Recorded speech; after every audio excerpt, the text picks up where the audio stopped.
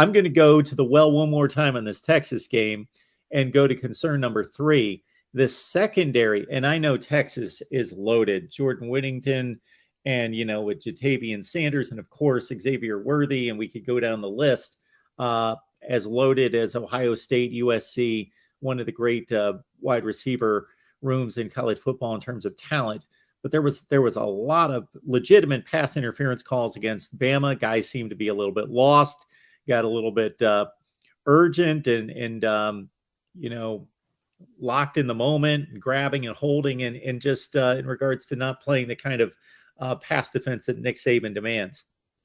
Right. And the crazy thing about that, Mark, was in the first half, Xavier Worthy got off in that first half, did a tremendous job, and got by Kyrie Jackson several times and catching big plays, including a few huge chunk plays. But when Alabama brought in Terrion Arnold, redshirt freshman off the bench, he actually did a strong job of limiting that production in the second half from Xavier Worthy. So Arnold has become one of the two corners that Saban has grown to trust, has grown to really like out there on the boundary, and he has played well, since that second half when he got in there against Texas. And across from him, you have Kool-Aid McKinstry, of whom he has moments where, yes, he does get burned at times, but he also has moments where he does lock in.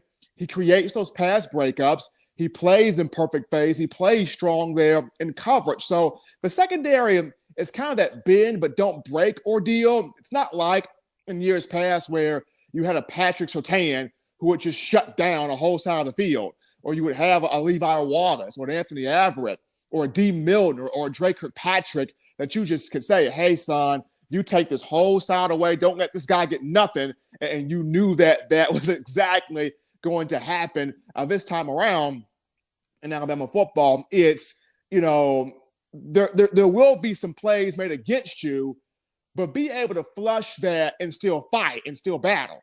And I think that is what Nick Saban is seeing from Terrion Arnold and Kool-Aid McKinstry at this point. And it's a good thing that you do have veteran safeties in Jordan Battle and DeMarco Helms, both seniors, that can control a lot of that conversation. And then Brian Branch, who's had experience the last 2 years at that star position, he's playing great ball as well. But in terms of just the corners, I think Terrion Arnold, when he came in as a backup against Texas, played well, showed some really good things. He's grown since that game. And then Kool-Aid McKinstry, kind of that bend but don't break mentality with him.